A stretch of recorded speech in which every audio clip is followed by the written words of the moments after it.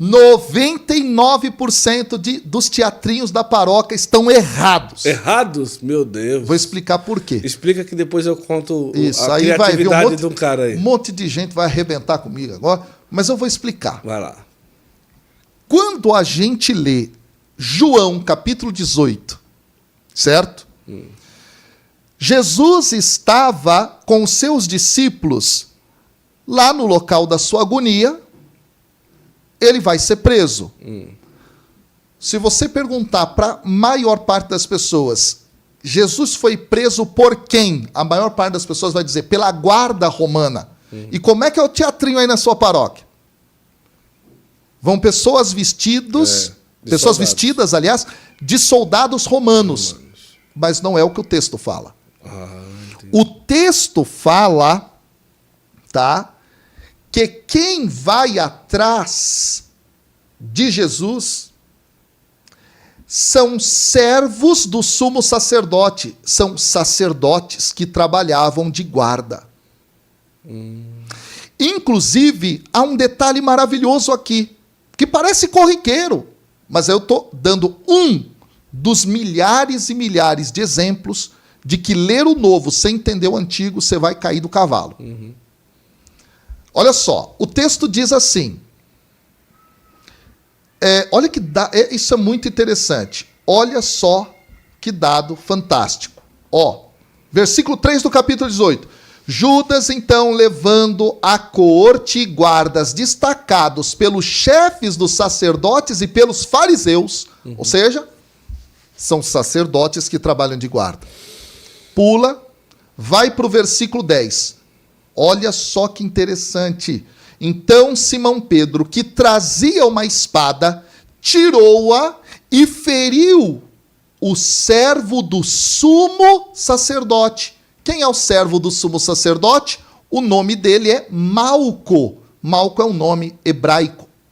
Então não é soldado romano. E o que foi que Pedro tirou dele? A orelha direita.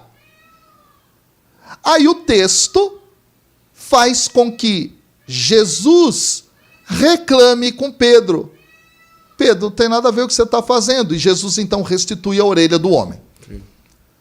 Tudo bem, todo mundo diz, nossa, interessante. Primeiro que o teatrinho mostra um soldado romano perdendo a orelha. Quando você volta ao Antigo Testamento, no livro do Levítico, dá uma olhada. O texto do Levítico trabalha, tá? Ele trabalha o momento da investidura dos sacerdotes. A ordenação dos sacerdotes no Antigo Testamento. Capítulo 8. E aí continua falando tudo aquilo que deve ser feito. Entre o que deve ser feito, o texto diz que o sacerdote deve ser ungido na orelha direita. Olha.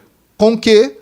Com o sangue do cordeiro. Você que está aí na sua casa, leia capítulo 8, capítulo 9, tá? E capítulo 10, você vai ver isso lá no capítulo 8.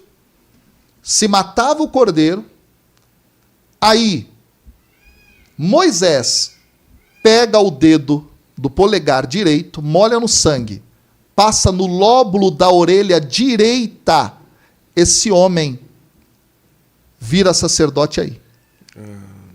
Quando Pedro corta a orelha de Malco, que era sacerdote, é como se ele estivesse dizendo, você sacerdote, que oferece o sacrifício, não tem autoridade para matar o cordeiro.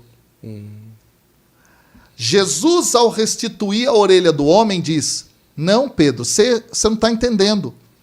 Eu sou o Cordeiro de Deus e ele é sacerdote, então pode me levar. E isso colabora com a visão que está presente no primeiro capítulo do Evangelho de João, em que João Batista declara, eis o Cordeiro de Deus que tira o pecado do mundo. Então a orelha direita tem a ver com algo que está no Antigo Testamento, no livro do Levítico. E aí, quer dizer, a gente lê aquilo, teatraliza aquilo, mas não entende aquilo. A profundidade é maior.